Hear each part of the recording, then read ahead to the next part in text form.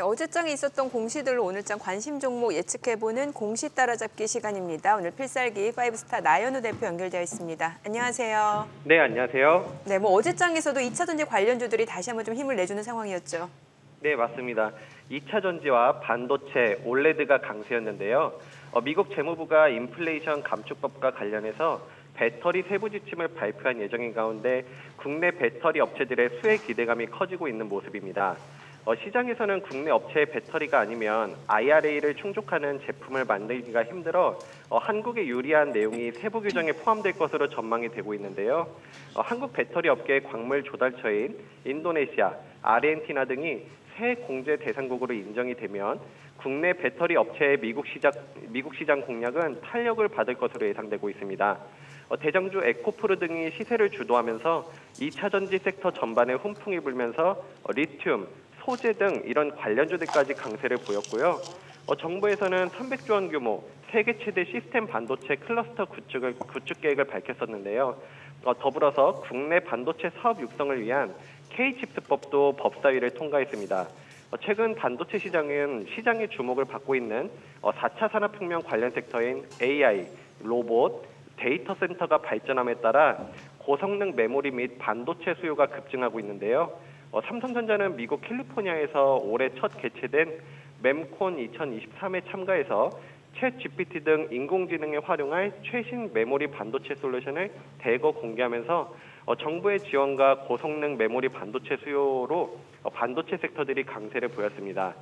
마지막으로 정부는 디스플레이 산업 역시 2026년까지 62조 투자 계획을 밝혔는데요. 추가적으로 디스플레이 클러스터 관련 정책을 이르면 다음 주 발표 예정인 것으로 알려지고 있습니다.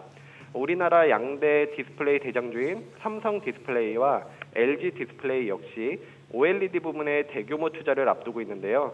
삼성 디스플레이는 8.7세대 OLED 생산 라인에 4조에서 5조 원 규모 투자 계획이고요. LG 디스플레이는 OLED 사업 경쟁력 강화 목적으로 LG전자로부터 1조 원 장기 차입을 진행했습니다. 이러한 배경에는 OLED 수요가 스마트폰을 넘어서 IT와 전장 시장으로 확대되고 있는데 첫 OLED 아이패드가 올해 출시 예정되어 있고 차량용 OLED 디스플레이 시장이 급속 성장하면서 OLED 관련주들이 강세를 보였습니다. 예, 어제 나왔던 공시들 중에서도 오늘 장에 영향 줄 만한 거 한번 정리해 주십시오. 네, 먼저 첫 번째로 두산 에너빌리티는 한국 수력 원자력과 2조 9천억 규모의 신한울 3, 4호기 주기기 공급 계약이 있었습니다. 신한울 3, 4호기에 들어가는 원자로, 증기발생기, 터빈 발전기 등 핵심 주기기 제작 공급을 맡은 건데요. 460개 원전 협력사가 참여하는 만큼 대규모 사업입니다.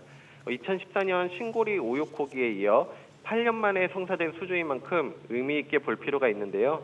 국내 탈원전 정책과 함께 해외 원전 수주 모멘텀도 계속 존재하고 있기 때문에 중장기 긍정적으로 볼 수 있겠습니다.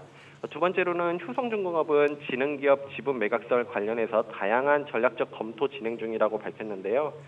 지능기업은 효성중공업이 지분 55.9%를 소유한 자회사입니다.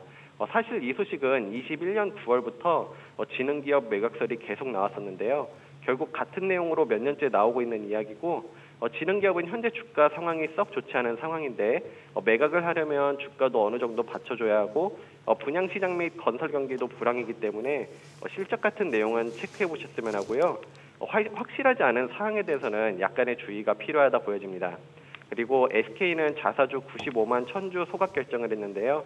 지난해 3월 주총에서 2025년까지 매년 시총 1% 이상 자사주 매입 계획을 발표했는데 이번 주총에서 SK그룹의 투자형 지주회사 SK가 지난해 매입한 약 2천억 규모 자사주 전량 소각을 결정한 것입니다.